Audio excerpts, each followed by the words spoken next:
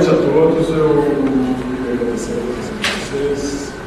Nós estamos experimentando esse novo espaço, esse auditório. Os primeiros encontros aqui nessa sede, eles ainda ocorreram numa sala do lado, que o auditório não está pronto, então essa é a segunda ou a terceira apresentação no auditório novo. Então, a equipe ainda está, como é que fala, se adaptando para poder oferecer um espaço bom para vocês. E nós temos esse programa lá no Encontro dos Artistas já desde 2010, toda terça-feira, sempre às 7 horas da noite. Nós temos criado essa boa rotina de encontrar os artistas e falar sobre os seus trabalhos. E quando o artista possui alguma coleção, normalmente ele solicita que eles enfatizem, que eles chamem a atenção para essa obra. No caso específico do Thiago Honório, a gente tem a satisfação de que a obra que ele possui aqui no museu está em exibição no 7º andar, não sei se você já tiver. Foi uma obra muito significativa para nós. Tanto é que ela já está, foi possível colocar a primeira exposição dos andares aqui desse novo edifício, e só foi possível pela doação feita pela Roberta Matarazzo, presente também, que viabilizou que essa obra pudesse terminar. Então, é muito oportuno esse encontro com o Thiago, porque ele se dá justamente no espaço onde está a obra dele e vai poder falar sobre a sua trajetória e sobre essa produção. Eu só queria lembrá-los que esse programa de encontros do Encontro Artista é uma colaboração entre o Museu de Arte Contemporânea, a USP, e o Grupo de Estudos Científicos e Curadores do Departamento de Artes Plásticas da USP também, que faz parte de um programa maior. Então, eu queria agradecer a presença de vocês, agradecer muitíssimo a presença do Thiago e vamos ouvir. Obrigado. Bom, boa noite a todos. Gostaria de agradecer a presença de vocês, no dia chuvoso, no trânsito, no 3 de maio, noitinha, vocês aqui. Bom, gostaria de agradecer especialmente ao Otávio Chiarelli pela importante interlocução, pelo convite, além de parabenizá-lo juntamente com a sua equipe, pela iniciativa tanto desse programa, o MAC Encontro Artista, como pelo trabalho que tem sido desenvolvido e realizado junto ao MAC USP.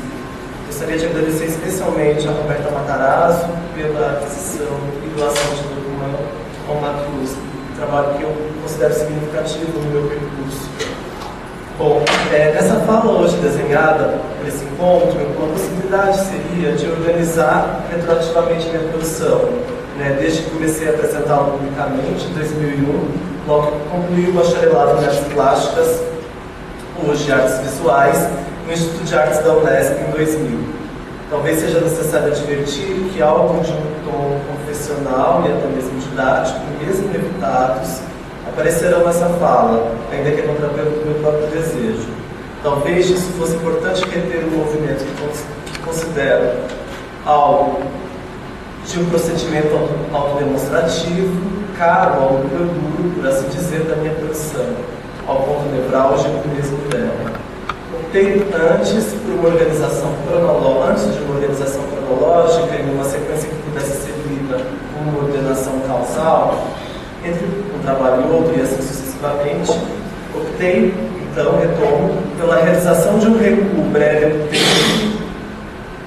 Sim, mas este marcado por um corte, para entregar aqui uma ideia que é cara ao meu trabalho, a ideia de corte, até chegar ao documento, trabalho realizado em 2012 e recém-adquirido pelo MAC USP, presente na mostra O Agora, o Antes do 7º Andar, sobre o qual falarei adiante. Antes disso, talvez eu devesse elencar algumas questões que animam e mobilizam o meu trabalho, perguntando: em que consiste o processo de produção do trabalho de arte, se não na produção de falta? Não seria a falta que me impulsiona, para não dizer que é uma matéria-prima e elemento constitutivo mesmo dele? Robert Smithson, em A Sedimentation of the Mind, Earth Projects, fala da importância para o artista daquilo que ele chama de consciência do deserto, algo que opera entre anseio e sociedade. Maltésio Caldas vai dizer que os artistas dependem do desconhecido à sua frente e alude a seu trabalho como uma produção ininterrupta de possibilidades, como abismos. Talvez a falta, como marca o meu processo criativo e meus trabalhos em geral, diga respeito a algo que está em meio a uma dispersão, algo que resiste ao encontro de uma completude e que faça com que cada trabalho deixe à mostra sempre lacunas às quais me resta articular. Jasper Jones disse certa vez: um objeto que revela a perda, a destruição, o desaparecimento de objetos, não fala de si mesmo, fala de outros. E ainda pergunta: incluirá outros? Neste recuo do tempo, irei me reportar a uma mostra, a um trabalho intitulado Exposição, apresentado em 2007 na Galeria Virgínia em São Paulo e em 2010 no Palácio das Artes em Belo Horizonte. Decisivo para a compreensão dos trabalhos que apresento. Talvez uma proposição que buscou, aspas, desnaturalizar a ideia de exposição, deixando de tomá-la ou de entendê-la do ponto de vista dos trabalhos presentes nessa mostra, do processo que os construiu e constituiu como um momento fatalmente anacrônico, como um público. Nesse sentido, os primeiros esboços, estudos, anotações referentes aos trabalhos de exposição e mesmo de corte que falarei adiante, também vou passar algumas imagens adiante. Diziam respeito a mostruários, a vitrines, a cúpulas, redomas, displays, entendidos como parte constituinte dos trabalhos e não como suportes neutros. Trata-se de um conjunto de trabalhos que tem como questão central o aparato que habitualmente envolve exposições de arte e mobiliário utilizado em museus históricos científicos, e que nesses trabalhos se retornam com a densidade de materiais, em vez da suposta neutralidade que carregam como objetos comerciais, objetos cotidianos museificados, objetos científicos.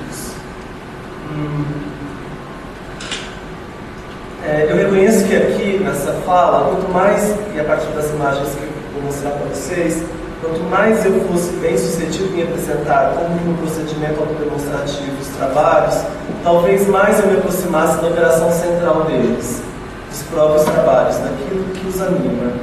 Algo que tentei fazer na minha tese de doutorado, vai ser o lugar aqui para fazer isso. Mas não se trata de um virtuosismo que reclame bem acabado. Maurice Blanchot pontua aqui, aspas, o que é esse excesso que faz com que o acabamento seja ainda sempre inacabado? Talvez seja possível, fecho aspas, talvez seja possível conectá-lo à ideia de falta, falta que paradoxalmente se dá através do excesso, uma vez que nesse domínio toda ordem é precisamente uma situação oscilante à beira do precipício, como diria Walter Benjamin.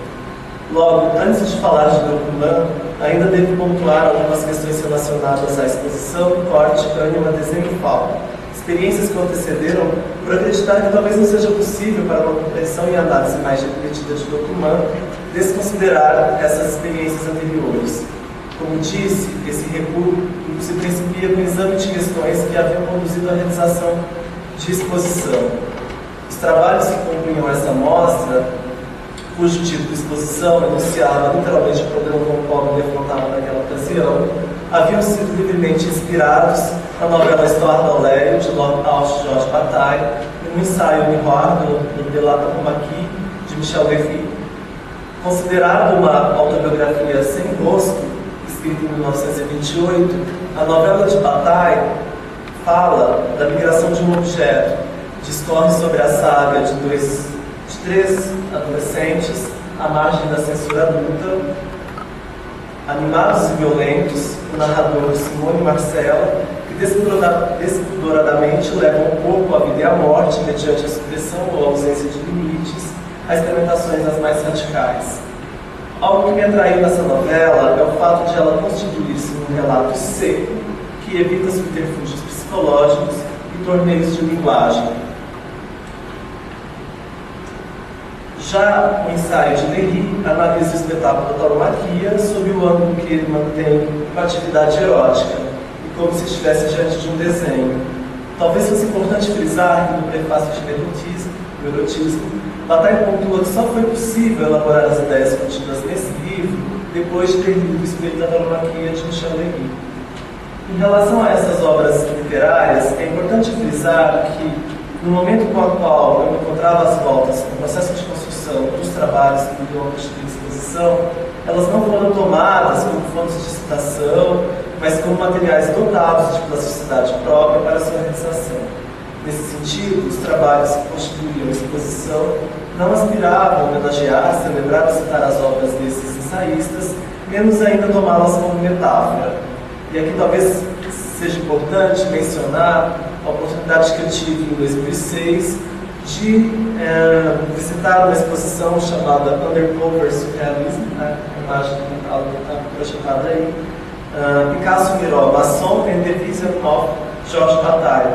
Uma exposição que aconteceu na High Art Gallery, em Londres, mais ou menos de abril a maio de 2006.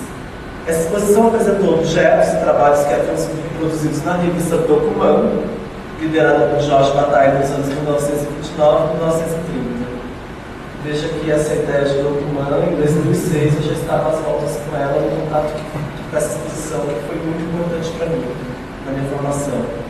Tanto a exposição como a revista Document buscavam delinear a visão de Bataille sobre os artistas citados, né, Picasso, Miró e Masson, e sobre o surrealismo, este último tomado em suas dimensões do primitivo, do ritual e da cultura popular, considerado a partir de um foco estético, etnográfico e arqueológico. As visitas a essa mostra, como pontuei, ocorreram justo no momento que eu estava envolvido com o processo de trabalhos de exposição. Em exposição, eu havia buscado estabelecer uma relação entre os trabalhos, conferido um estatuto ativo aos espaços deixados vazios entre eles. Com isso, ao mesmo tempo que procurava resguardar a autonomia de cada um deles, tentava mergulhá-los numa espécie de feixe de relações recíprocas, situação na qual o visitante teria que se descobrir permanentemente convidado a redefinir o conjunto. Desejava que essa espécie de ênfase atribuída a esses espaços vazios entre os trabalhos materializar esses vãos, tornar palpáveis os intervalos entre eles. No caso de exposição, essa convivência, a partir de uma reunião de temporalidades distintas, que reaparecerá em corte, Document e mesmo recentemente Prêt-à-Porter, como vocês verão adiante, não é um problema a ser resolvido tão somente na montagem, ou um problema tão somente de montagem, mas uma questão nuclear que desde sempre os animou e faz com que, por exemplo, no processo, o segundo objeto surgisse a partir da relação pensada e estabelecida entre ele e o primeiro, e assim sucessivamente. Logo se vê, sobretudo, no caso de exposição, e mesmo de corte, que mostrarei a seguir, que eles não são pensados tão somente os objetos em si, e sua construção, mas a própria ideia de exposição. Outro aspecto de meu trabalho, que pude compreender melhor na ocasião e que se impôs de maneira decisiva a ele, a partir dessa experiência, foi a importância que nele teriam imagens e reflexos. Eu buscava naquele momento propiciar a partir daqueles objetos uma situação na qual um não seria mais do que a reverberação de um outro, ou a sua transposição para um outro registro. Ainda em relação à exposição, a mostra e os trabalhos que integraram surgiram como uma reflexão sobre a natureza do processo de criação, sobre esse limite incerto que pode tornar algo um trabalho de arte. Como mencionado, o trabalho interrogava, então, se uma exposição poderia ser o próprio momento constitutivo dele, revelando os mecanismos mais sutis de formação e não a apresentação a posteriori, inevitavelmente anacrônica de obras. Os trabalhos tinham em comum o desejo de falar de certa fragilidade da condição humana, à mercê de se ver tragada pela exacerbação de um mundo privado ou o seu oposto, pela submersão em determinações que parecem externas e cuja compreensão lhes escapa. dos grandes aprendizados que tive nesse momento, né, com essa experiência, foi, portanto, a percepção desse momento de exposição como constitutivo daqueles trabalhos, como revelador de uma instância que os constitui. Isso intensificou ainda mais no projeto subsequente, o corte. Logo, para avançar, havia nesse conjunto de trabalhos apresentados em exposição uma estaca de 6 metros, uma estaca de concreto de 6 metros de comprimento, 3 toneladas, cascas de ovos furadas, chifres pontiagudos, elementos a sugerir perfurações, estiramento de limites e passagens. Alguns dos trabalhos assemelhavam-se a mostruários e troféus, outros eram acondicionados em redomas e vitrines. O conjunto revelava crueza e uma vontade autodemonstrativa de seus elementos. Já havia em exposição, assim como se verá em corte, e ainda mais intensificado no documento e pré-chapitre, algo que muito me interessa no museu: a reunião de temporalidades distintas, por vezes inconciliáveis, e a ideia de que, eventualmente, importam menos os objetos neles mostrados do que uma suspensão temporal que ele pode propiciar. Depois eu vou falar mais de uma imaginação musealizada também. De algum modo, tanto em exposição como em corte, ambas reunindo elementos díspares, trabalhos com fisionomias tão singulares, realizados em meios tão específicos, confrontando procedimentos tecnológicos com materiais orgânicos, deslocados no tempo e no espaço, embaçavam os limites entre aquilo que está vivo e aquilo que está morto.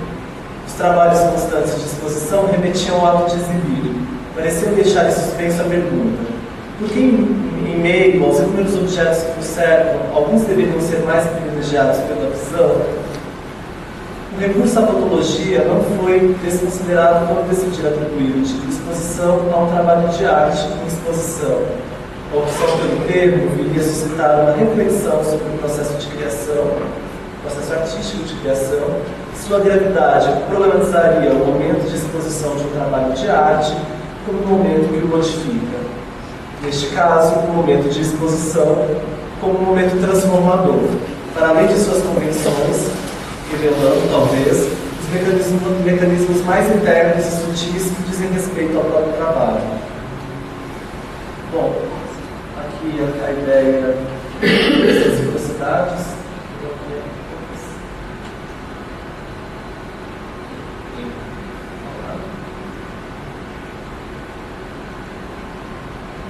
Agora entrarei em corte. Quando comecei a desenvolver os trabalhos que comporiam o corte, pensei que o título, àquela altura cogitado, além de suas ressonâncias dramáticas, pudesse evocar o termo técnico relacionado à arquitetura, sugerir a ideia de planta. O substantivo corte poderia também ser tomado como imperativo do verbo cortar e ainda designar a instituição aristocrática, né? Porque corte se escreve da mesma maneira. Mas interessava mesmo ao trabalho, sobretudo, a importância desse termo polissêmico no cinema, sua relação com o princípio de montagem, algo aprendido sobretudo em exposição. Sobre a montagem, Eisenstein afirma que, aspas, essa propriedade consiste no fato de que dois pedaços de filme de qualquer tipo colocados juntos criam um novo conceito, uma nova qualidade que surge da justaposição. Esta não é, de modo algum, uma característica peculiar do cinema, mas um fenômeno encontrado sempre que lidamos com a justaposição de dois fenômenos, dois objetos. Fecho aspas, se não fala mais Einstein. O Adorno vai dizer que o procedimento do surrealismo é a montagem, para pontuar que se alguém quiser superar conceitualmente o surrealismo, deve retomar não a psicologia, mas os procedimentos artísticos, e que o esquema desses procedimentos é, sem dúvida, a montagem. Ele segue dizendo que a justaposição descontínua das imagens da lírica surrealista também possui esse caráter para concluir que suas montagens são verdadeiras naturezas mortas.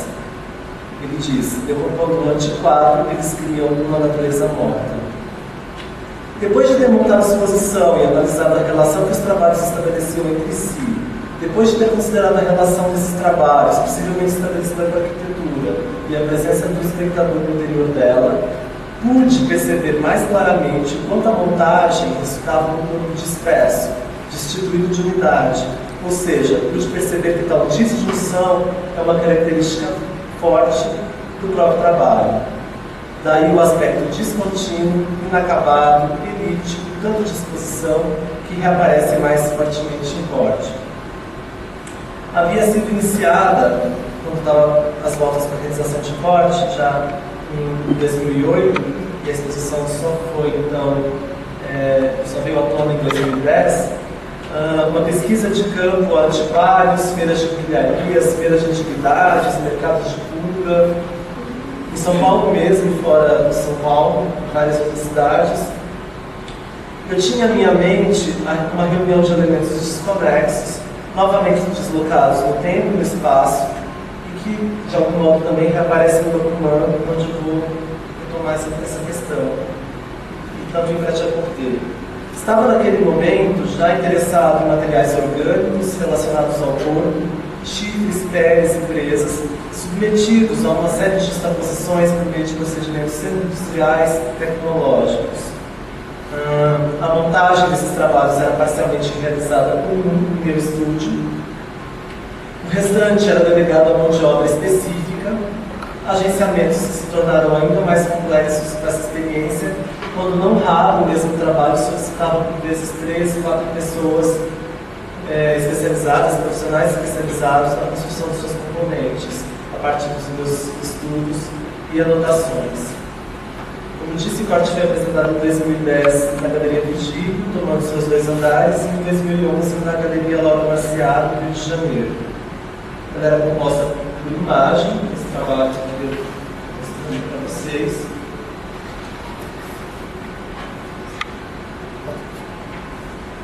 No caso de imagem, sobretudo, ele é composto por uma cabeça de imagem de roca do século XVIII, por uma...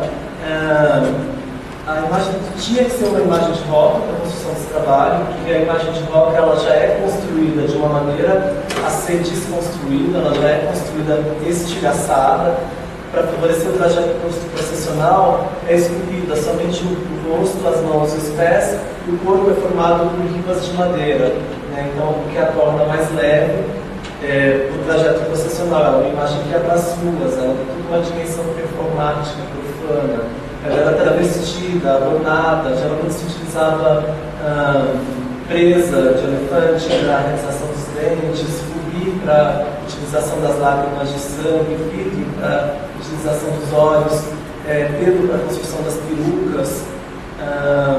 Então, ela era uma imagem articulada, ela tinha algo de boneco, de marionete, e o que estava em jogo nessa pesquisa, logo quando eu comecei, é que eu queria essa imagem por vários aspectos, porque ele é um trabalho que, assim como o documento, acentuará na frente, já marca, e o Tia Porteiro também, uma ênfase no trânsito entre as esferas íntima e pública, né, essa imagem que sai das casas e vai para as ruas, que volta para as casas, e esse trajeto interessado, esse trânsito, esse deslocamento dessas esferas. Além disso, uma imagem que já tem consigo características mais realistas, para que esse aspecto teatralizado fosse de alguma maneira a tornar-se mais convincente, né, nessa espécie de performance das que são as procissões e dela nesse trajeto. A grande questão do encontro foram 2 anos de pesquisa, porque a grande dificuldade foi encontrar uma imagem que tivesse os olhos voltados para frente. A maioria dessas imagens, não raro, tem olhares penitentes, piedosos, exageradamente voltados para os céus. E então eu tinha encontrado uma aqui em São Paulo, mas ela pertencia a uma coleção, que se eu a utilizasse no trabalho, eu perderia a possibilidade de trânsito do trabalho. E além disso, a cada vez que ela fosse utilizada, ocorreria numa espécie de negociação exaustiva e além de seguro e tudo mais, algo que acabaria inviabilizando a realização do projeto. Não que conseguir uma imagem, uma cabeça do século XVIII foi fácil, comprar menos ainda, porque é algo bastante caro também, mas ainda assim foi mais viável. Bom, então ela é composta, por essa cabeça, por placas de espelho cristal. Essas placas de espelho cristal, elas são cortadas em um ângulo de 45, de modo que não se vejam emendas para que ele se desmanche na arquitetura, né? Ou que busque essa espécie de camuflagem da imagem na arquitetura. Porque o espelho cristal tem uma reflexão mais cristalina, geralmente são os espelhos utilizados em cristaleiras. E sobre o trabalho encimado, sobre o cubo de espelhos, é uma pele, aqui tem um desenho da pele de um longo animal que foi retratado. A pele foi retratada com o máximo de aproveitamento dessa área lombar, e que foi ela que acabou determinando as dimensões do cubo. Bom, evidentemente que aqui os procedimentos, como em todos os trabalhos que eu mostrei e ainda vou mostrar, de apropriação e montagem são recorrentes, né, e são bastante presentes, na verdade. E nesse caso, seria importante também diferenciar em relação à colagem, por exemplo, porque no caso da colagem, no qual importaria principalmente o choque e o estranhamento mútuos entre os elementos confrontados, aqui, diferentemente, o objeto de deslocamento, que é a cabeça, né, um dos objetos de deslocamento, que é a cabeça, foi buscado, foi calculado. Ou seja, precisava ter os olhos voltados para frente, precisava ser uma imagem processional para enfatizar essa questão da veste, da pele, da própria dimensão profana, que, a meu ver, essa imagem tem em meio a esse trajeto processional. Bom, os olhos de vidro voltados para frente, é um ponto de fuga muito alto, como eu concluí. Esse trabalho, ele repõe o questionamento sobre a condição de surgimento do trabalho de arte no momento mesmo de sua exibição, interrogando o ato de olhar. Afinal, nesse ato, quem é que olha e quem é que está sendo olhado? Noto em imagem, nesse trabalho, como nos demais trabalhos que integravam corte e mesmo documento, um jogo entre atração e repulsa. Esse jogo talvez sinalize uma atitude de resistência dos trabalhos a qualquer promessa de conforto e bem-estar. Os trabalhos parecem indicar o momento com o qual o visitante se aproxima deles. Talvez esse momento seja o que passe a sugerir uma distância maior entre eles, os próprios trabalhos, e os visitantes. Os demais trabalhos que integravam corte do piso superior eu acabei chamando de estudos. São esses trabalhos aqui, nessa imagem, que buscavam lidar com uma noção de corpo e organicidade, sem recorrer diretamente a referências antropomórficas ou narrativas. Trata-se de um conjunto em que os materiais são articulados entre si, ao mesmo tempo que parecem preservar-se em estado bruto. Esse conjunto abrangeu os trabalhos presa, vis-à-vis, vira-volta, entre paparazzi. No caso, a sequência dos trabalhos, são sempre seguidos de estudos. Eu faço vários desenhos antes, mais soltos, mais poéticos, e depois desenhos mais técnicos. É algo importante falar, porque tanto o Documã como o Prêt-à-Porter, que são trabalhos mais recentes, me deram uma verdadeira rasteira em relação a esse processo, e eu vou falar dessa rasteira também.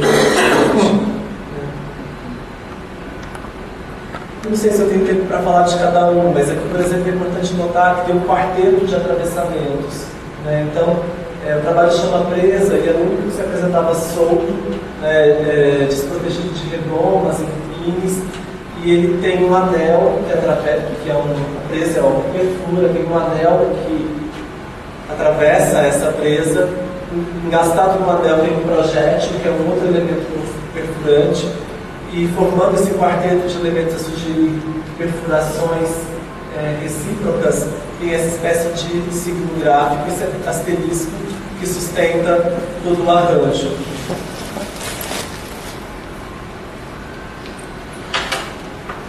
Os estudos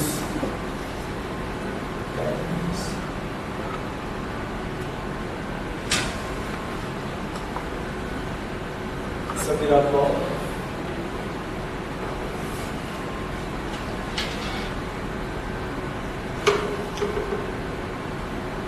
O processo de articulação e de construção desses trabalhos, no qual a disjunção foi o modo mesmo de operar, a reunião de elementos fragmentados, presas, chifres e peles, articulados, aspas, a esse imobiliário, tudo imobiliário, essa questão de uma também imaginação visualizada presente aqui, se deu em meio a inúmeros exercícios antes que se chegasse ao arranjo mais preciso, e esses exercícios se deram, eles ocorreram em verdadeiras mesas de dissecação.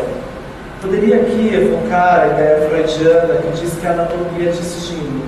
Lacan comenta essa formulação no Seminário 10. Ele diz, aspas, Freud nos diz que a anatomia é destino. Fecho aspas. Para Lacan, essa afirmação se torna verdadeira se atribuirmos ao termo anatomia seu sentido estrito e, digamos, etimológico, que valoriza a anatomia, a função de corte.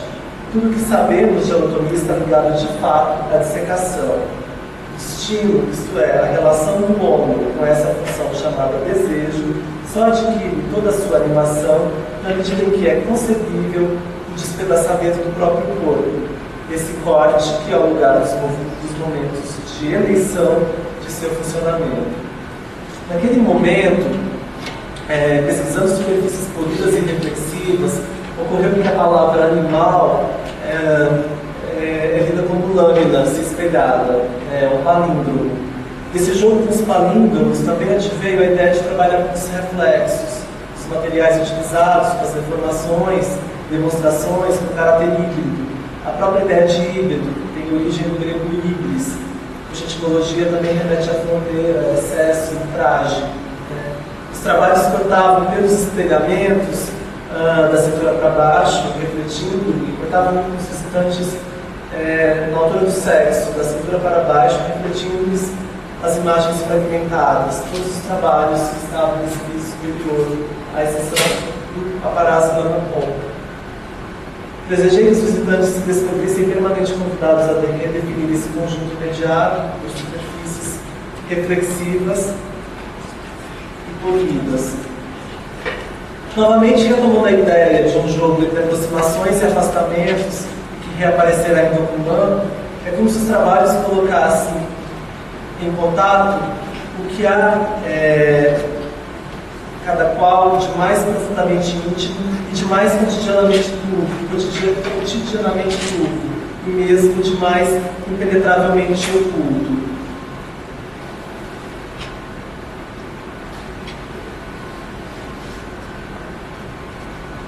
Esse trabalho foi instalado também na altura da cintura. É o E.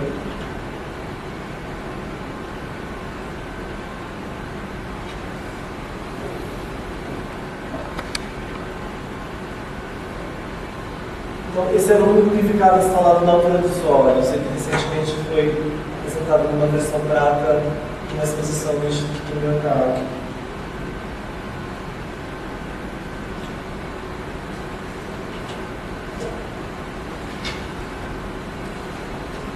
Bom, na sequência desses trabalhos, eu realizei ainda, na verdade, um projeto que também só foi de 2010, todos os desenhos e as pesquisas relacionadas a eles, a esse trabalho, a animação de 2010, entretanto, eu só consegui apresentá-lo esse ano, né? Só consegui condições de viabilizá-lo esse ano.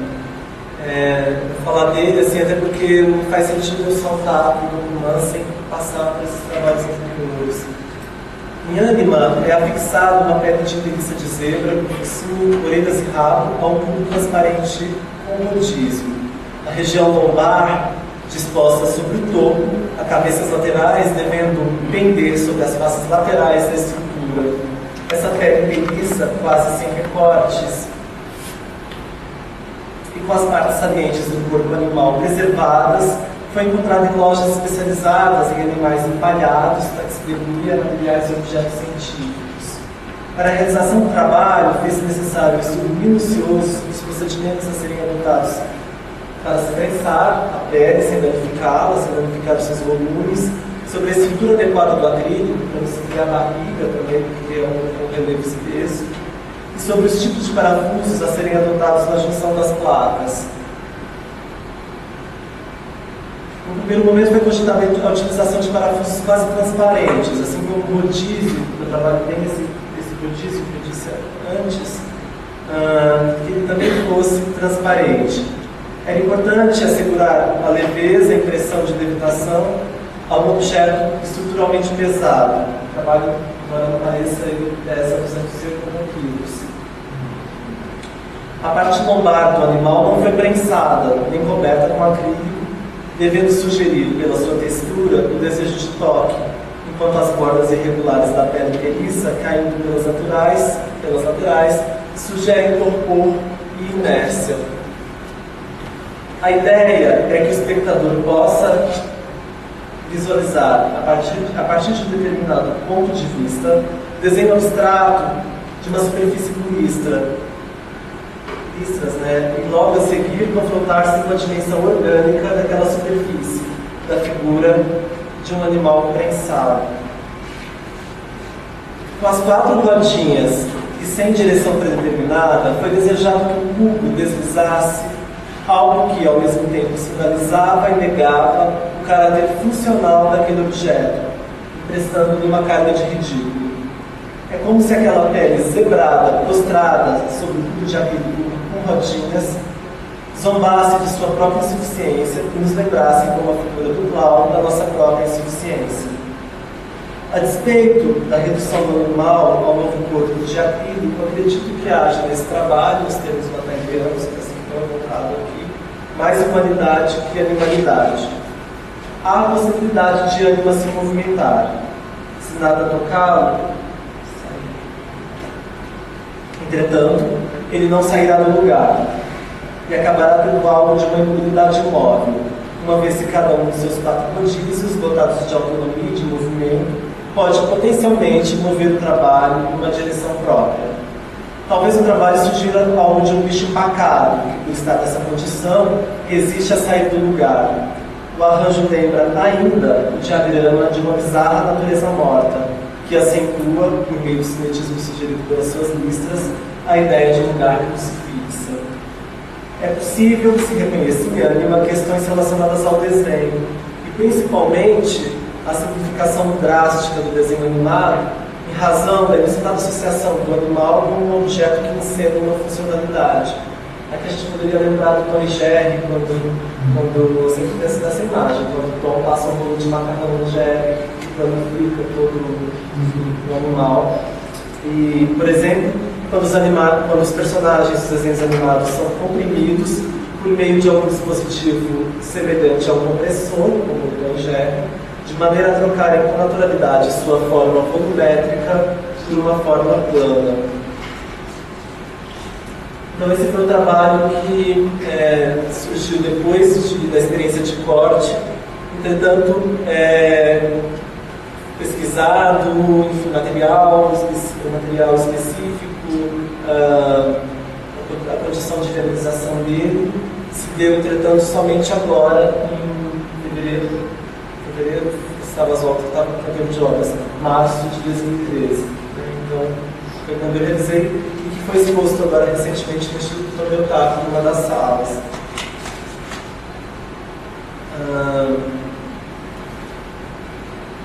Outro trabalho que veio adiante é o Falta, foi um trabalho que tomou o espaço da minha tese como um espaço a ser, na minha tese de doutorado, um espaço para uma produção de um novo trabalho, uma nova produção de espaço temporal que se apresentava a ele, de modo que a pessoa pudesse, por exemplo, pegar a tese na biblioteca e ter uma experiência com o trabalho, porque o trabalho está incrustado nela, e que é o compact disc dupla face prata, né?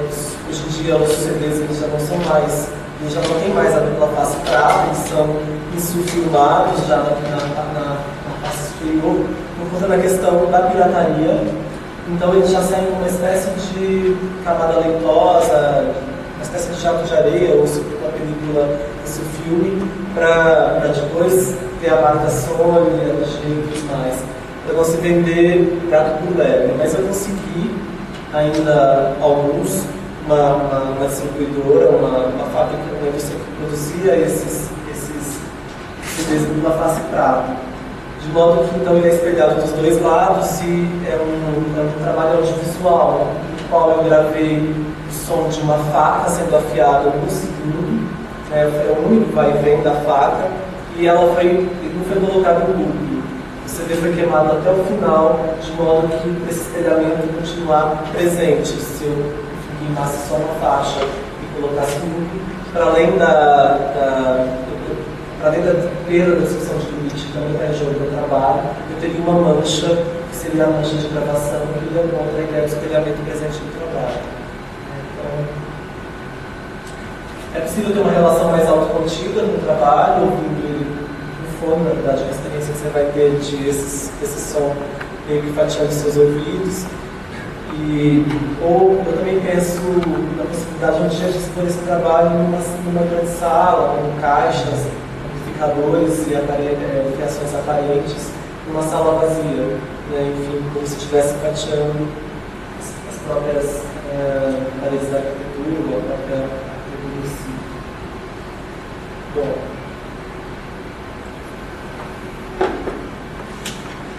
Então a tese, o Falca foi um compacto de dupla face prata, com a gravação dessa lâmina, sendo afiada no vai e vem no interrupto. Aquilo vira quase um mantra, vira um alucinógeno, porque chega num ponto que é insuportável também ouvir aquele som. Um trabalho audiovisual materialmente inserido no corpo da tese, que atua como um locus de produção de uma outra espacialidade. Né? Aí na sequência teve o desenho, o singular, que é um conjunto de desenhos que realizei com as facas da cozinha da minha casa. Né? Então, são desenhos de diferentes facas que eu faço com grafite duro, sobre um papel de fibra de algodão rugoso, com textura. Né? Então, eles são como que espelhados, é o seu espelhamento. O traçado do perfil de cada faca é similar ao daquela que se justapõe a ela, uma silhueta invertida. Né? Mas é um seu espelhamento porque, se você observar bem, tem um estado de ânimo diferente em cada traço, dependendo da pressão exercida pelo grafite, e há algo, então, de acidental, ainda que o traço seja direto, mas não isento dos acidentes do gesto, né, devido à pressão exercida sobre o grafite. Em todo caso, grande força é empregada sobre o material, sobre o grafite. Daí a opção pelo papel mais resistente, pelo papel mais fino também engrovinharia, e também remete a algo de pele, algo dado o seu aspecto fibroso. Além disso, eu desejava que esse traço executado sobre a superfície rugosa ferisse o papel, como se o escapasse, como se fosse uma goiva soltando os veios da madeira, ou a marcação a ferro de uma pele animal, ou mesmo uma tatuagem. Cada desenho, então, é construído na reunião de duas folhas de papel, uma fenda que resulta da junção entre elas, né, e que também é desenho. Além disso, essas imagens esses desenhos evocam imagens digenitárias e enfatizam o aspecto tátil. Nenhuma faca foi agigantada nem miniaturizada. Eu sempre desenhei nenhum objeto importante, sempre na escala da mão. Então, não me interessava agigantar, nem miniaturizar ou deformar as dimensões dela, até para que esse aspecto tátil fosse mais evidenciado. Esses desenhos foram expostos na Galeria Laura Marciar, no Rio de Janeiro, 2 meses antes, para ser mais preciso, de eu me mudar para Paris, né, onde eu realizei a residência artística responsável também por todo o ano. São aqui as fotos da exposição no Rio. Eram poucos desenhos, diferentemente da experiência da FAAP, que eram só as facas da cozinha da casa.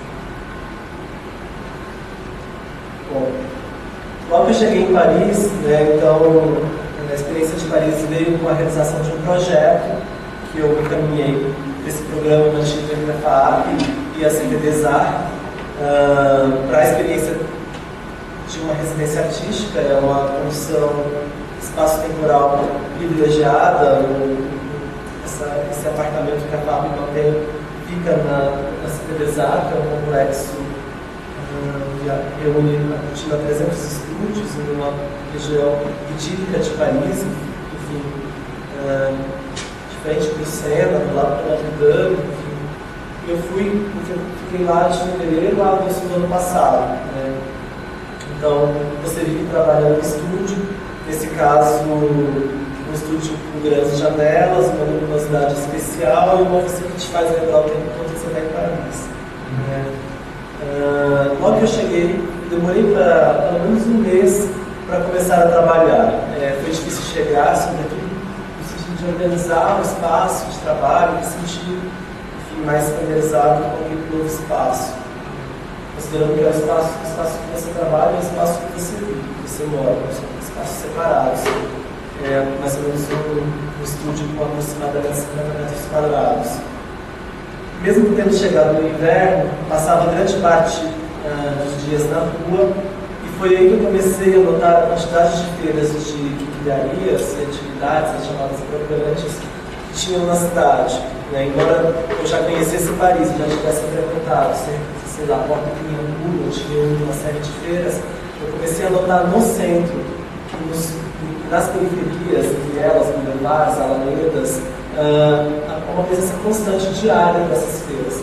Foi aí que eu descobri que tem diariamente, a partir disso, inclusive, tive acesso às chamadas bibliotecas, que são as vendas de garagem, a partir de folhetos informativos que eu fui recolhendo nessas feiras, e também de uma pesquisa que eu fiz no site da Prefeitura de Paris, que tem um calendário prévio de pelo menos um mês, de onde essas feiras e vendas de garagem acontecem em pontos centrais ou periféricos da cidade de Paris. Então, pelo menos um mês eu já tinha uma programação garantida de pesquisa. E, na verdade, se estendeu até o final da residência, porque ela era alimentada mensalmente. Então, eu comecei a frequentá-las, essas feiras, assiduamente, mas com uma espécie de sensor ligado, com atenção e interesse muito específicos por objetos perfurantes, importantes e de diferentes procedências. Nesse momento, eu estava desenvolvendo uma série de desenhos, que são esses. Tem um princípio bastante... o mesmo princípio da experiência anterior, então é um processo de um trabalho que fez bastante a ideia de transição ou ponte entre os desenhos que eu apresentei anteriormente na Galeria Laura Garcia, 2 meses antes de me mudar para Paris, e continuei dando tratos à bola e realizando esses desenhos à medida em que eu ia adquirindo esses objetos perfurantes, dessas feiras. Esse conjunto de desenho foi exposto no Museu de Arte Brasileira, na PAB, em outubro do ano passado. Naquela ocasião eu chamei de 33, mas foi um recorte arbitrário. Na verdade, eu tinha esse espaço de parede para apresentá-los e eu pensei em utilizar então, esse espaço, pensei em usar um número espelhado, poderia ser 22 ou 44. Aliás, esse 44 tem ao encontro da edição da anual, que é uma edição convidada, que na verdade é uma quarta edição. E com a área que eu tinha disponível, calhou de ser 33, e é um calhou muito um calhou assim também. O engraçado é que eu produzi esses desenhos com 33 anos. Eu falei que eu ia morrer em aspectos ou um tom convencional, mas eu já derrapei feio aqui. E os trabalhos têm um pouco também uma construção, a moldura é toda de madeira e é pensada como parte também constituinte do trabalho, funda de madeira, então as fendas que separam as duas folhas fazem que propositalmente se veja esse veio de madeira desse desenho formado justo no rasgo, na fenda. Eles são alinhados justamente por esse corte, por essa fenda, evocam a presença de genitálias e foram os trabalhos que eu comecei a desenvolver em Paris, que eu desenvolvi pelo menos até mais ou menos maio, a um ponto de chegar a forrar toda aquela casa, residência, espaço de trabalho, com esses desenhos. Quando eu estava produzindo esses desenhos, eu pensava muito numa espécie de cartilha de Kama Sutra, né? Então, às vezes, o mesmo objeto me rendia ou favorecia a construção de 5 ou 6 desenhos diferentes, porque eu manipulava diferentes formas de variações de seus cabos ou suas lâminas. Eu apresentei uma exposição na CPDESAR em junho, com esses desenhos.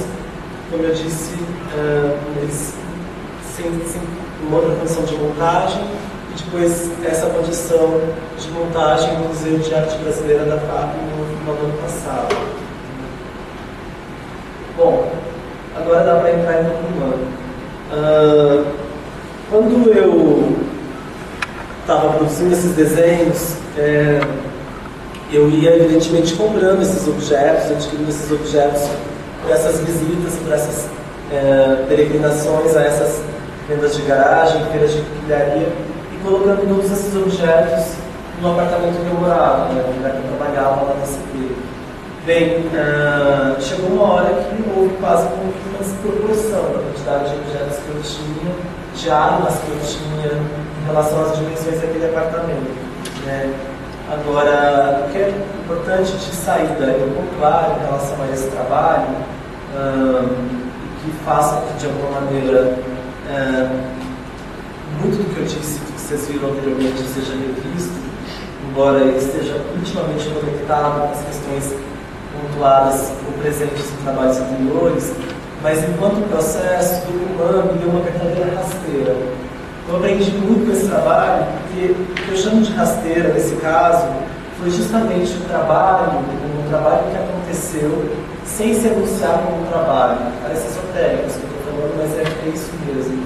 Foi um trabalho que ele não se anunciou previamente como um trabalho. Então ele foi se constituindo, na medida que eu ia adquirindo essas armas, esses perfurantes, e passando pelos mais diversos perrengues e situações adversas, absurdas, como por exemplo, uma dessas vendas de garagem bem fuleiras, bem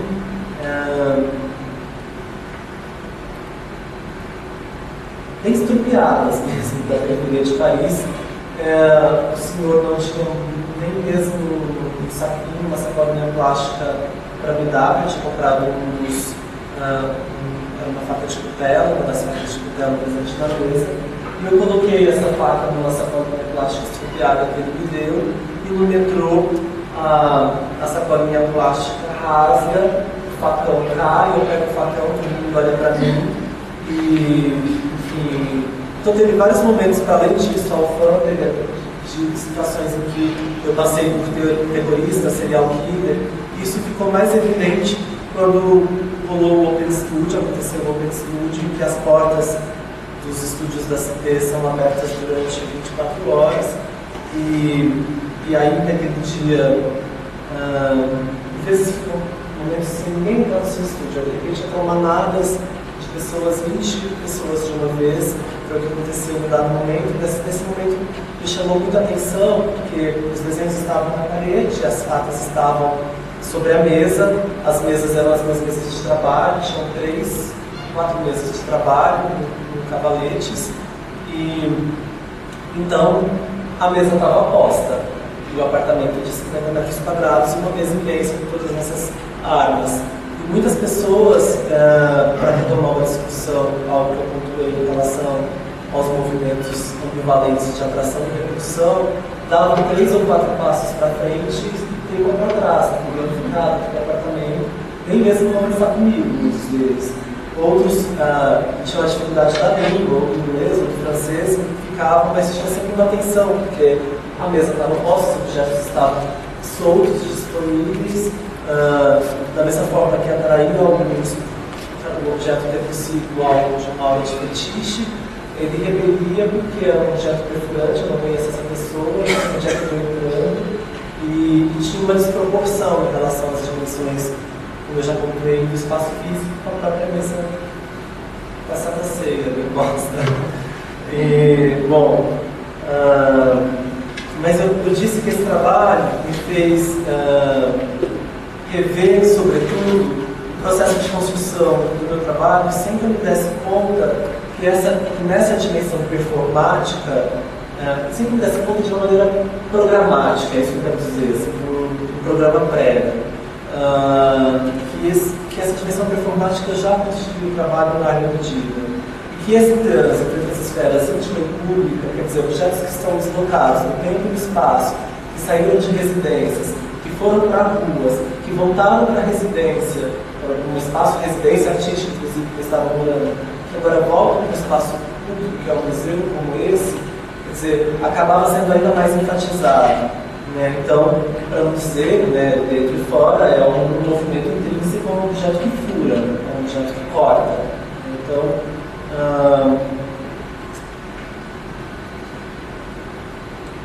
considerando os trabalhos que eu vinha desenvolvendo, e sobretudo essa experiência do Open Studio, quando isso aconteceu, e assim, eu tinha é curioso, porque, novamente, um confessional aqui, eu tinha um xodó com esses objetos e eu pensava o tempo todo na disposição e nos desenhos deles. Eu cheguei até a postar algumas fotos em redes sociais que mostravam, enfim, no estúdio. E eu falava, não tem coisa aí, eu não consegui identificar o que era essa coisa, essa coisa estava se constituindo aos meus olhos. Né? E depois dessa experiência do Open Studio, diante desse movimento mais evidente entre aproximação e afastamento, né? Considerando que eu tenho visto que esse trabalho coloca em xeque também, assim como os anteriores, qualquer promessa de conforto e bem-estar, eu digo que há uma série de riscos aí, enfim, desde quando esse trabalho foi exposto pela primeira vez, como riscos que não só eu também estava na medida correndo risco com pessoas desconhecidas entrando na minha casa e manipulando aquelas fábricas. Então, os mais diversos.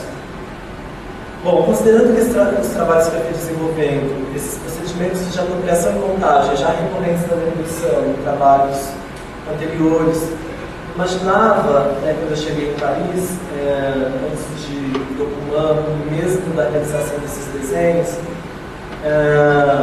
naquela toada, naquele movimento que os trabalhos anteriores vinham, com elementos sofisticados, matérias-primas polidas, acrílicos, metais, eu pensei de duas uma. Ou o trabalho vai absorver esse neoclássico dourado e a exuberância de Paris de uma maneira que eu não sei qual seria, ou ele vai se voltar para uma outra coisa que eu também desconheço.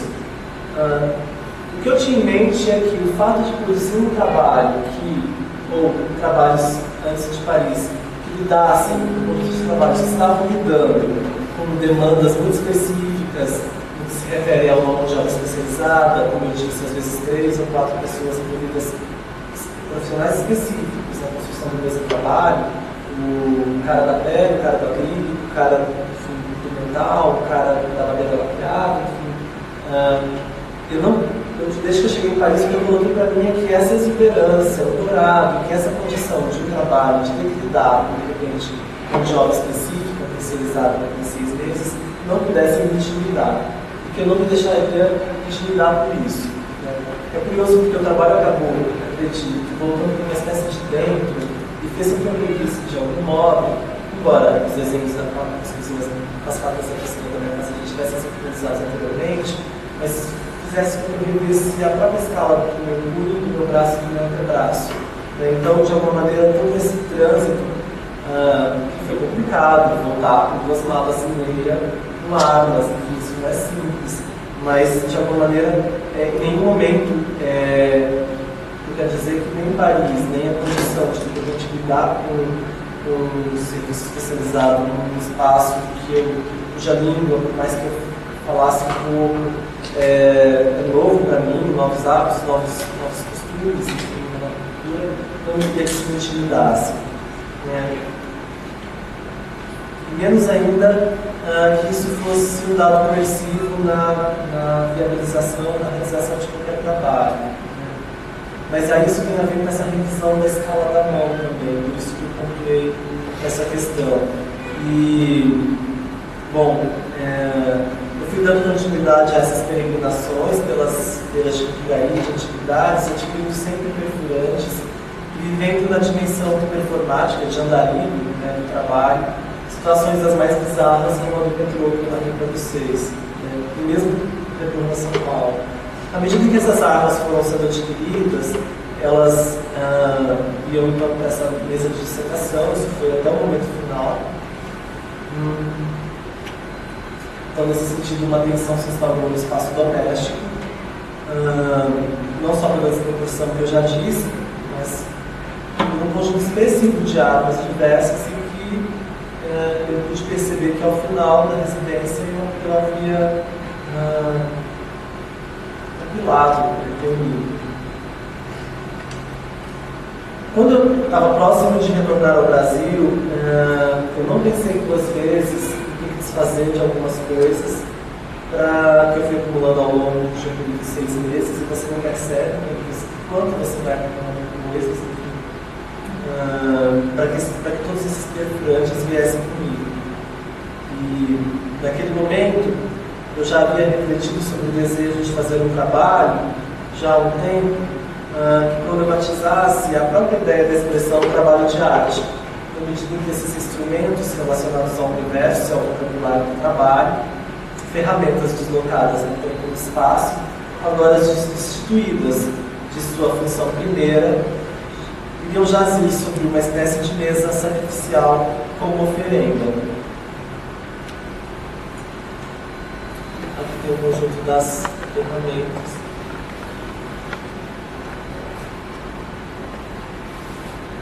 Essa mesa sobre a qual estão os perfurantes foi pensada tal como as superfícies especulares dos trabalhos anteriormente realizados.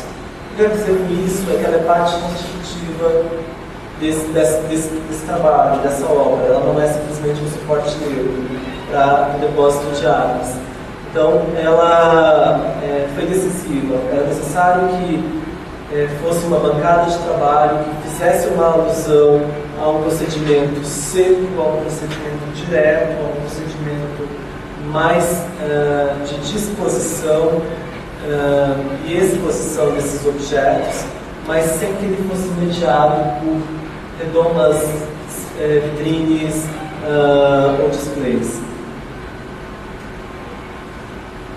Desde que decidiram apresentar esse trabalho no MAB FAAP, quando retorno de Paris, então era necessário garantir essa espécie de bancada, cavaleiros de madeira crua, desprotegido, né, que os objetos estivessem desprotegidos de redondas e vitrines, portanto disponíveis. Claro que foi uma negociação difícil com o museu, porque não só pelo trânsito dos estudantes, mas, enfim, a sugestão foi que se colocasse uma faixa amarela, uma linha amarela de demarcação espacial.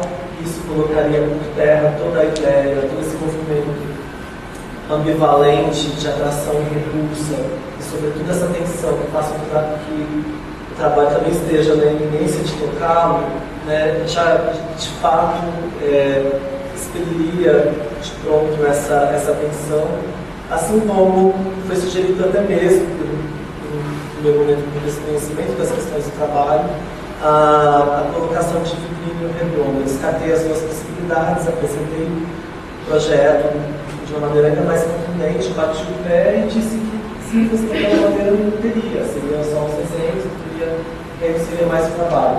Foi aí que lá eles resolveram com uma câmera de segurança sobre o trabalho e deslocaram a figura de um segurança para a próxima também da mesa, isso para mim não é um problema.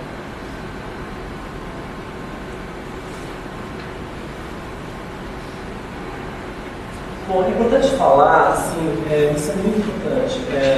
Quando eu disse que ia pontuar novamente o trânsito de temporalidades distintas, uma espécie de imaginação musealizada para mim no trabalho, eu jamais quis que o trabalho fosse uma reunião dessas adagas, foices, cutelas, cochilos, facas, facões, serras, serrotes, enxadas, que fossem todos antigos, tão somente que fizessem uma apologia ao vintage. Isso jamais foi buscado no trabalho. Interessava tanto o aspecto esfoliado, gasto de um objeto 18, como um serrote com cabo de plástico de 2012 encontrado numa venda de garagem. Quer dizer, há aí uma ênfase nessas temporalidades diferentes e que para mim há inclusive uma ideia de museu, como eu já falei, livros de algum museu, que reúne temporalidades distintas por vezes inconciliáveis, talvez inconciliáveis.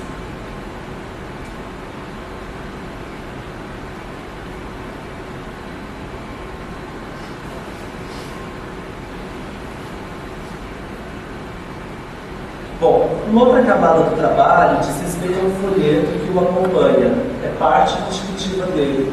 E esse folheto traz uma ilustração esquemática, silhuetada, veja, não desenho, uma ilustração técnica, esquemática mesmo, de cada um dos cortantes, associada aos pontos da periferia do centro de Paris, onde eles foram recolhidos. Vielas, boulevards, alamedas, praças, pontes, vilas. Esse folheto alude a um desenho técnico, tal como se vê no manual de instrução, ou nos manuais de instruções, apresentando uma espécie de diagrama associativo, uma estrutura sanfonada,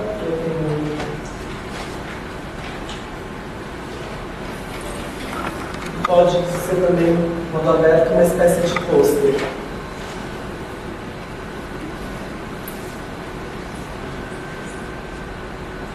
Para além da violência, dos momentos e situações tensas nas quais passei, como disse, do terrorista, serial killer, do deslocamento espaço-temporal, dos objetos, eu gostaria de enfatizar que esse encontro, essa ênfase dessa reunião de tempos, de temporalidades distintas, por vezes inconciliáveis, fosse problematizada por esse trabalho.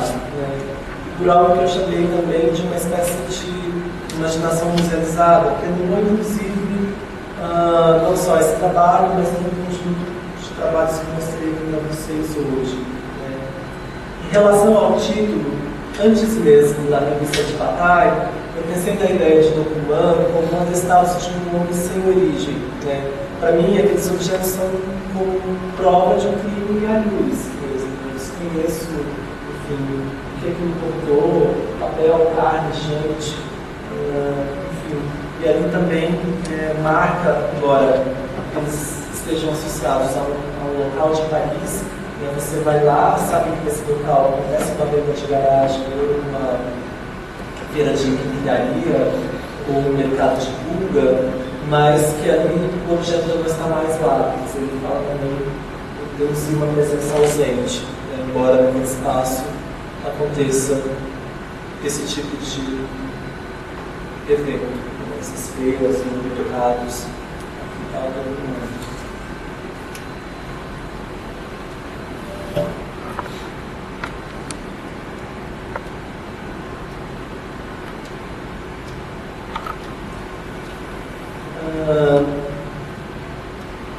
Falar do desenho, dos objetos, da disposição dos objetos sobre a mesa, também é importante porque guarda consigo algo de uma meticulosidade que acho que é a mesa de todo o meu trabalho. Eu, um dia, estava relendo, coloquei com alguns alunos também, sobre um conto do Borges que eu amo, que se chama Funes, o Memorioso. Não sei se alguém já leu. Funes, ele sofreu um acidente de cavalo quando ele tinha, não sei se 18 ou 19 anos. E ele teve uma sequela enorme. Quando ele volta nesse acidente de cavalo, ele fica com uma super memória, mas uma memória absurda das coisas. Mas aquilo não serve de nada para ele. Ele fica prisioneiro dessa memória, porque ele gasta 24 horas para contar, para narrar um dia. Então é em vão essa memória que ele tem, é um tormento na vida dele. Esse ponto é um ponto que me impressiona bastante. E aí eu acho que tem enfim, algo de obsessivo no conjunto da produção, nessa disposição dos objetos, mas que nesse caso, menos profundos, eu associaria mais. Eu sabia o que eu não queria primeiro. Eu não queria associar, que os outros objetos fossem agrupados por famílias. Eu queria que os objetos fossem agrupados numa relação gradual, escadinha, do maior para o menor, do menor para o maior. E o desenho, e aí eu fui descartando e eu gostei daquele desenho que eu mais queria. Então, eu pensei, onde é que está esse desenho que o trabalho está buscando então? E foi quando eu cheguei no jazz, né, na música mesmo. E o jazz tem consigo uma rigor, uma cadência estrutural poderosa, tanto frescor do improviso. Então, ele tem o trabalho guarda consigo algo dessa disposição em que o objeto seguinte só foi colocado e relacionado com o vizinho a partir de uma disposição que se deu no momento de montagem. É claro que tive tempo para pensar isso, mas, de novo, só para retomar aquela rasteira que eu já contei no início da minha fala, vocês podem ver que é um processo que foi absolutamente distinto dos trabalhos que eu mostrei anteriormente, que é precedido de estudos técnicos, dos desenhos. Eu ainda tenho trabalhos que lidam com o processo dessa maneira, que demandam, enfim, uma mão de obra específica, terceirizada, porque o que tem jogo para mim é o livre trânsito das linguagens, as relações lineares e tudo mais. Mas nesse caso foi algo absolutamente novo, que continuou as minhas obras. Cara, mesmo. Aqui já no mapa.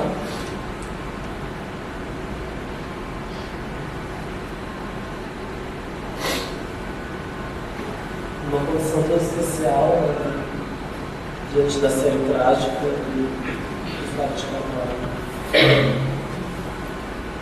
Bom, eu vou finalizar esse trabalho, assim, eu não consegui falar muito dele, porque está muito quente mesmo. Eu acho que precisaria de mais distanciamento para elaborá-lo, mas eu consegui fechar algumas.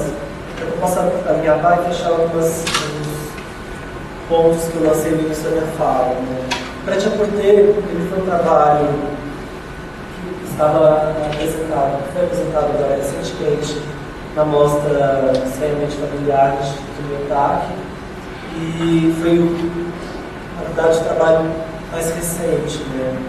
Ele constitui-se num conjunto de estojos e mostruários vazios de diferentes formatos, dimensões e procedências, diferentemente do documento, em que todos os objetos foram recolhidos em Paris e associados a pontos da cidade.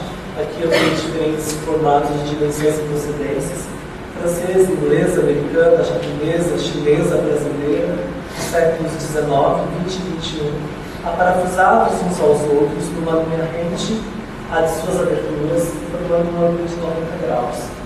Eu estou passando rapidamente algumas imagens que não chegou ainda na montagem do trabalho, mas é até para ter uma compreensão até dessa planificação do prêt-à-porter. Esses estojos entreabertos estruturam desse modo um corpo modular com 8,80 metros, disposto sobre uma base de comprimento análogo ao deles e com 90 centímetros de largura. A altura estudada para a disposição dos estojos entreabertos sobre a base foi aquela que decidiria aproximadamente na altura do sexo. As ideias de exposição e exibição recorrentes e já problematizadas em minha produção, como vocês já viram no conjunto que eu tenho acompanhado, que eu mostrei, eu iniciei, pelo menos desde a exposição, em 2007, reaparecem em prêt-à-porter.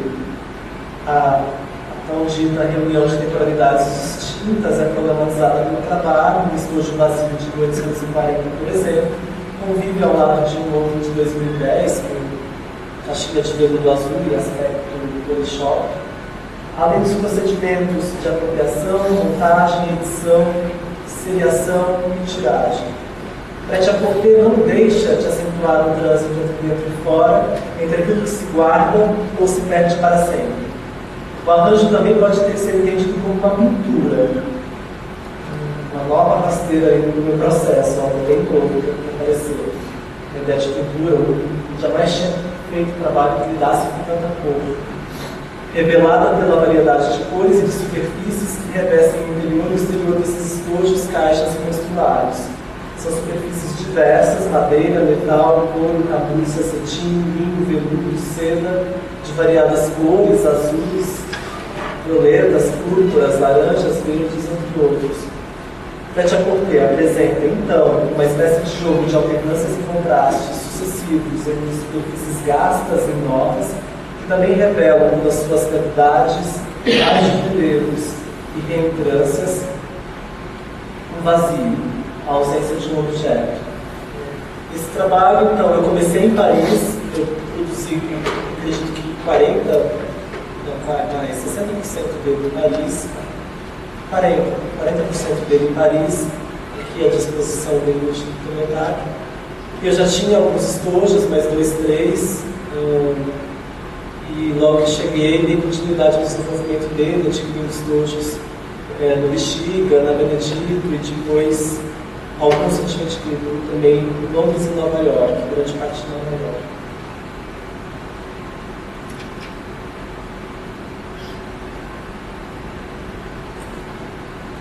Ele respondeu a um modo de operar, um modus facendi, grande, muito próximo do documento, e se refere não só à disposição desses estojos, ao desenho deles em si, como também a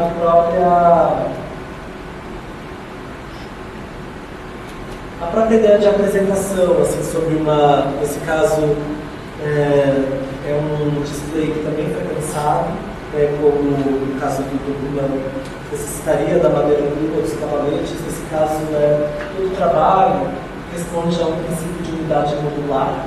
Então, ele foi todo parafusado no ângulo de 90 graus, mas ele, em média, 8,80 metros, mas são 4 corpos, 4 módulos respectivos de 2,20 metros cada um deles. E essa base também, ela é feita por módulos, e ela tem esse recuo de modo que é possível se aproximar mais do trabalho.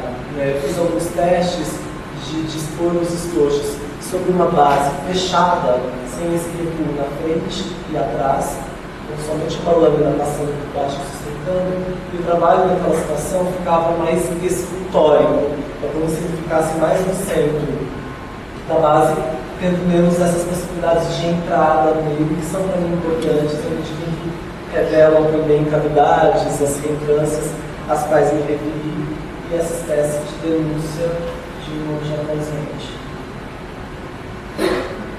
Bem, gente, era basicamente isso que eu tinha para falar, e eu nem sei quanto tempo eu estou falando, sei que ela possa estar desaparecendo, mas eu queria abrir para questões, se vocês quisessem debate, ou de alguma oportunidade, de algum ponto que eu passei mais rapidamente nisso. Eu agradeço a presença de vocês mais uma vez.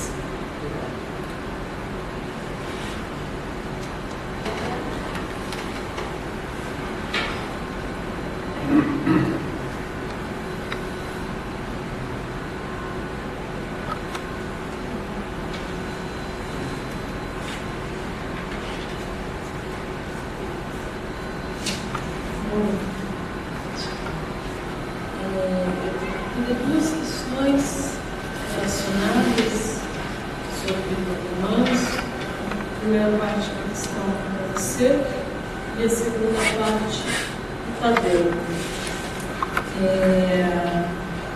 Bom, primeiro, o quanto que a ideia do documento, implícito no título, ela depende e precisa do folheto, como uma parte importante da obra, porque pelo modo como você escolheu apresentar, justamente é o anti, talvez seja o anti modo de se apresentar o documento, porque o documento precisa de um recuo, precisa de um distanciamento, precisa da redoma, que você realmente lançou, tirou a possibilidade da redoma. Então a ideia do documento, para que ela realmente aconteça, ela talvez precise mais realmente desse manual de instrução, né? Então, quando que realmente a ideia do documento se faz mesmo nesse objeto papel, né? Que documenta o processo, que conta a origem, né? Então, da importância desse papel, né? Para a obra. E a segunda parte da questão me chamou muito a atenção esse papel de desafio que a obra tem, né? De como você se sentiu um performer que desafiava os outros, que poderia ser desafiado, poderia ser até atacado pelo próprio trabalho. Enfim, esse dado perigo, né, que o trabalho tem. Me chama a atenção justamente também quando uma instituição, né, se despe também de toda aquela carga da defesa que tem, né, quer dizer, e adquire uma obra que é um perigo em potencial, né? Então, assim, também nesse momento que a gente está, né, de que tudo né, a segurança é um dado assim que as instituições se agarram, né? Então, de uma forma assim obsessiva, né, e doente, cada vez mais doente, né? A questão da segurança é uma doença, né? Cada vez mais. Então, adquirir, como é para uma instituição, adquirir uma obra que é realmente uma ameaça em potencial.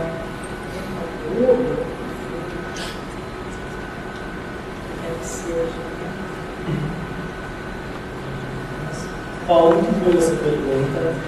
A ideia de documento, assim, para mim, ela só faz sentido também se for na promoção desse atestado de um nome sem origem mesmo, né? De um ponto com esse desconhecido, na verdade. Na verdade, tem uma negatividade aí, tem um negativo. Eu gosto muito quando você fala negativo na apresentação do documento, né? Porque, de fato, eu não queria que isso incorresse de prestação de contas, né? No sentido de literalizar muito o trabalho. Em relação ao folheto, eu entendo como uma camada constitutiva do trabalho mesmo. Tanto que eu falo, é mais uma camada do trabalho, né? Então, ele não acontece sozinho e também não vejo trabalho sem ele. Então, para a instituição também, ela recebeu o arquivo e é necessária essa manutenção, né? Então, sempre pensei em fazer um papel mais simples, de uma maneira menos onerosa, para que isso chegasse a um lugar marginal, né? Eterno. Agora, ainda estou me perguntando. De fato, para mim, é um pouco isso. Depois, só depois, você vai falar assim, estava inconsciente, claro que estava inconsciente. Veio à tona a revista mesmo, do humano, do Batalha. Na verdade, isso é muito importante, também chama a atenção para, o baixo materialismo. Batalha então vai chamar a atenção para a dimensão física e econômica dos objetos, em relação à cultura popular, à arqueologia, à etnografia. Entretanto, sempre tendo naquilo uma relação com um desconhecido, um ritual, chegando, e que talvez isso tenha algo disso nessa camada invisível do trabalho, performática, e não só que eu vivenciei, mas de riscos que me colocam em xeque, na verdade, de situações que me colocam em xeque. Agora, que também está associado a uma espécie de pode ser uma mais fantástica, uma fantasia minha, a ideia de mesa sacrificial, a ideia de mesa de dissertação,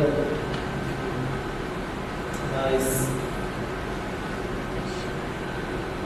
eu vou entrar um pouquinho na segunda parte da pergunta.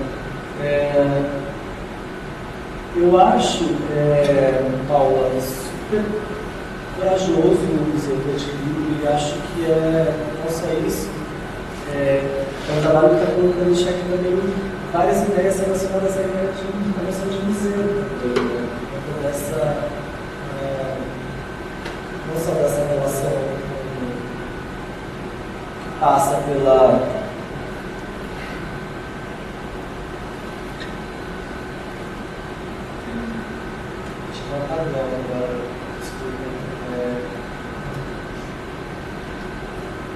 eu não acho que seja só por conta da questão da segurança. Eu não acho que acho que de alguma maneira o trabalho se coloca a discutir uma série de.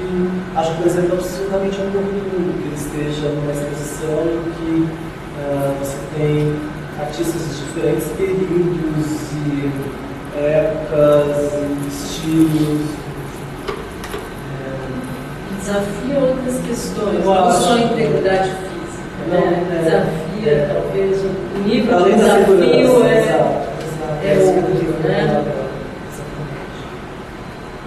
Não sei se eu te respondi, eu anotei, vou pensar, obrigado.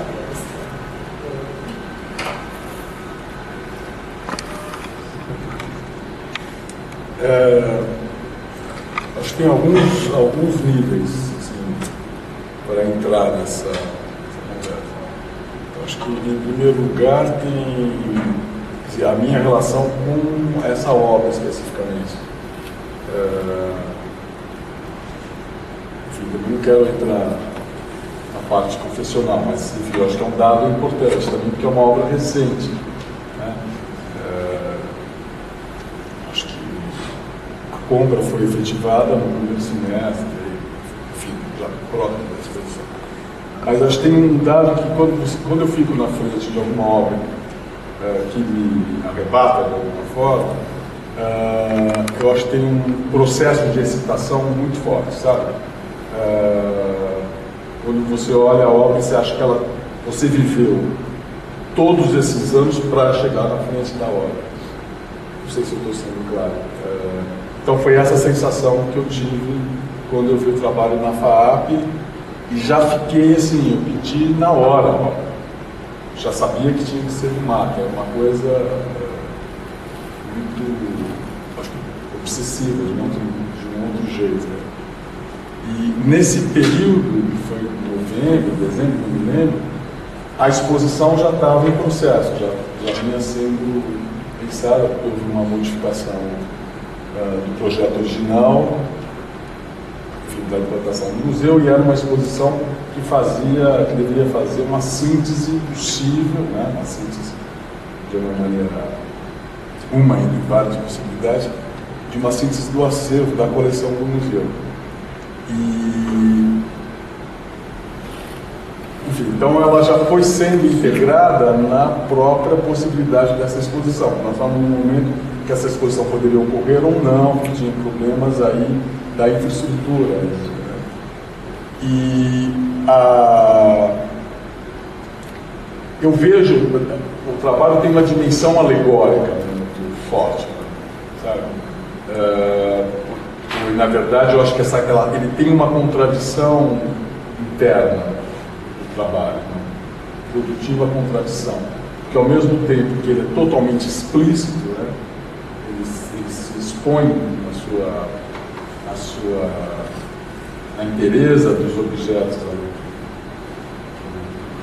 que o configuram, que o constitui. Ele tem também algo que vai além dele, ele tem uma potência que eu acho que é o encanto, eu acho que esse arrebatamento que ele traz. Nesse sentido, e aí, obviamente, conversando com o Tiago, tem as informações de como ele constituiu esse trabalho, essa dimensão, uma possibilidade alegórica em relação ao próprio museu, como o Tiago também falou, que significa o que é o museu, a não ser um espaço onde congrega objetos ou atitudes de vários lugares, de vários períodos, enfim.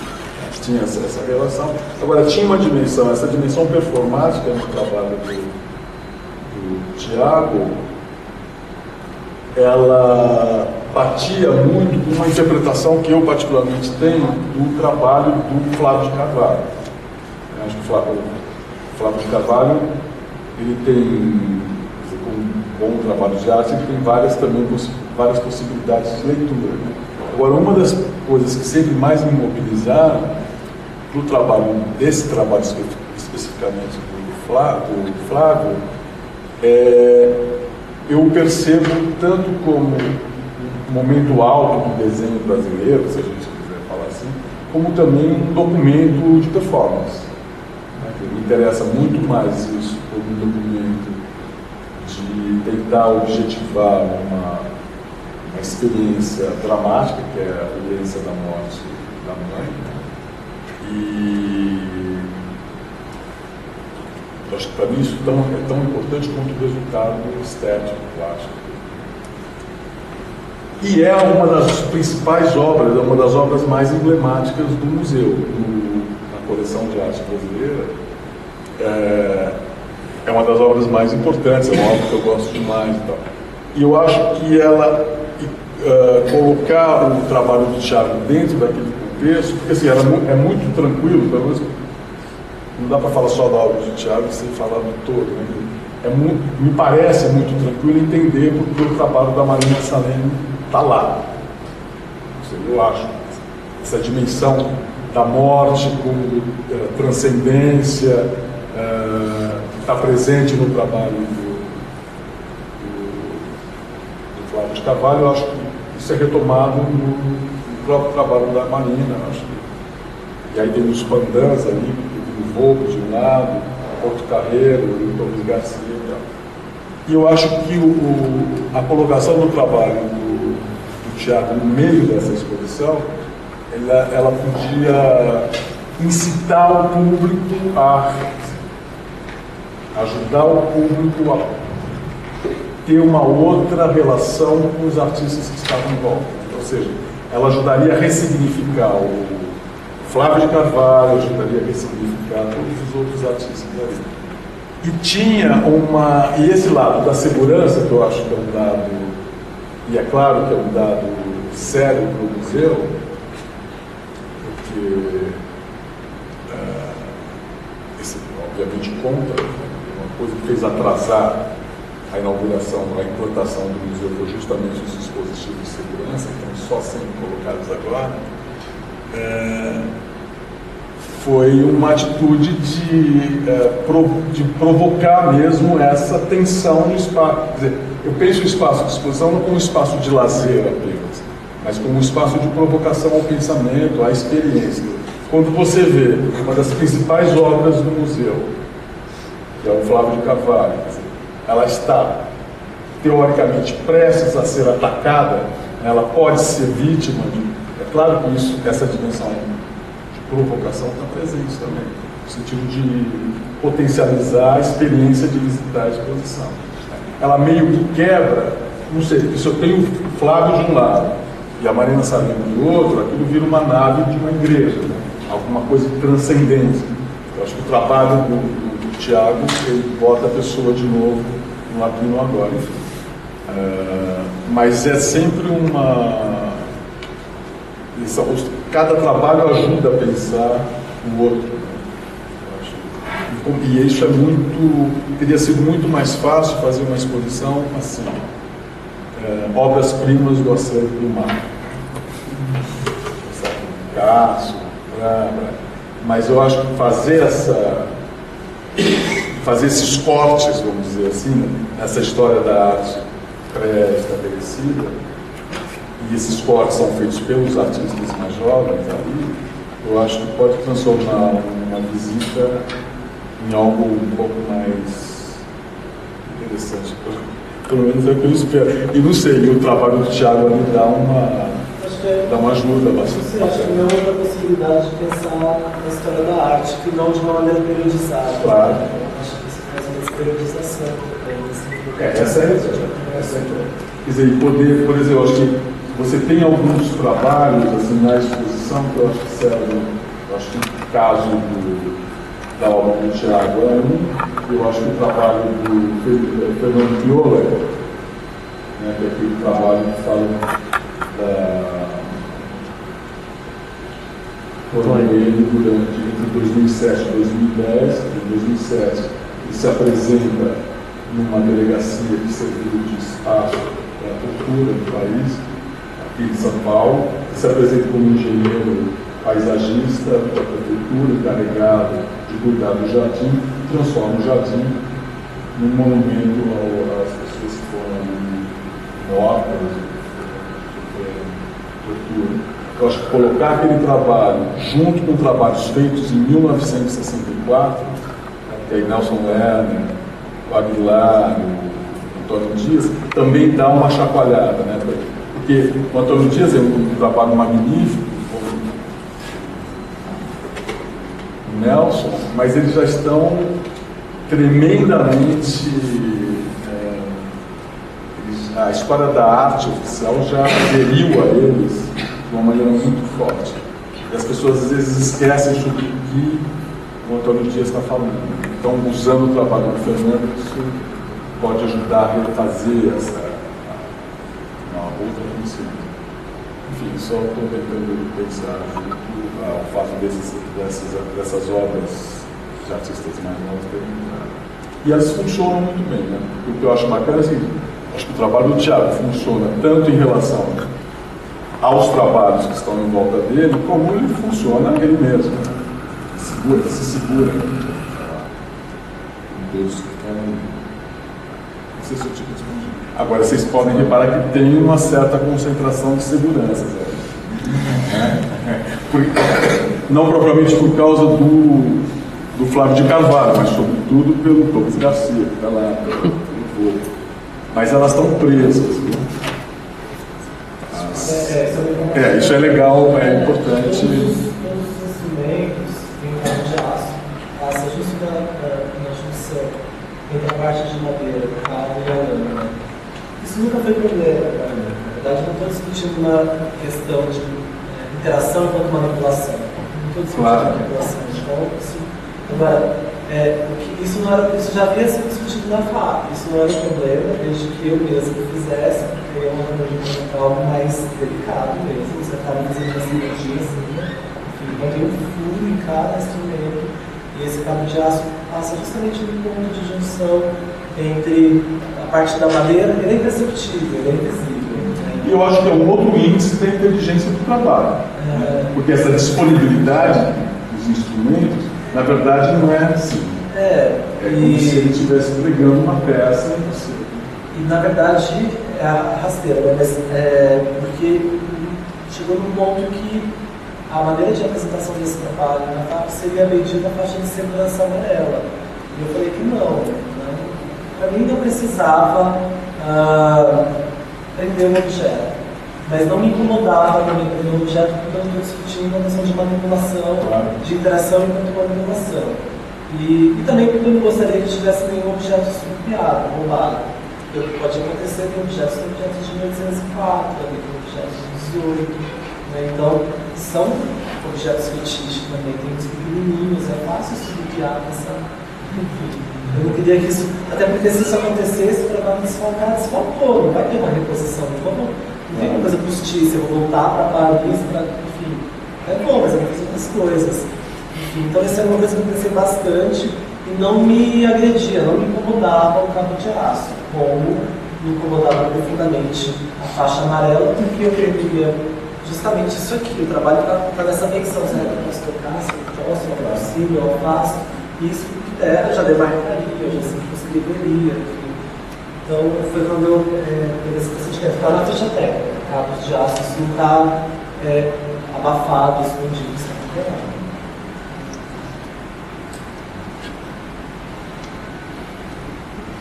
No caso de uma ou duas que não tem, aparece mais. Se você bate o olho, você percebe. Não sei se não aparece.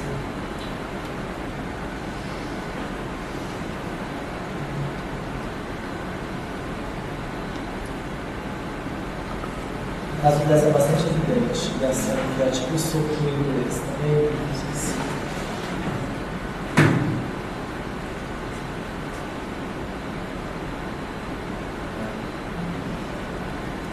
Ela não tinha como esse ponto de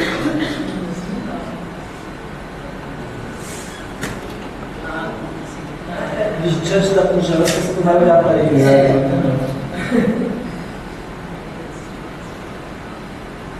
Mas o que acontece, assim,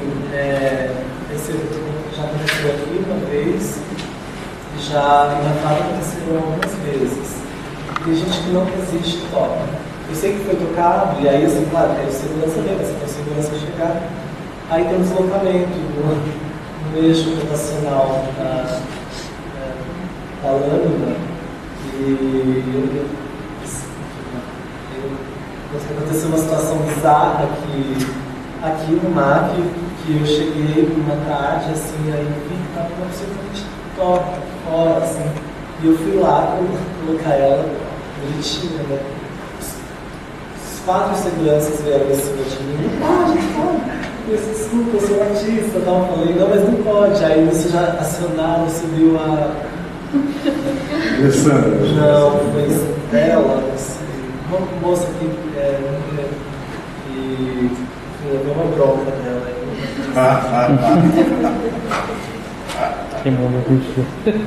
Pessoal, mais alguma pergunta? A gente está com o tempo estourando.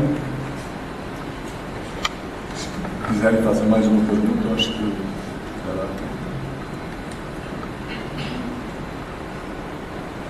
Bom, então eu quero agradecer ao Thiago e a vocês e lembrá-los que na próxima terça-feira nós teremos no Marco de Outros Artistas a Sandra Cinto, que virá falar sobre o trabalho. Muito obrigado, Thiago.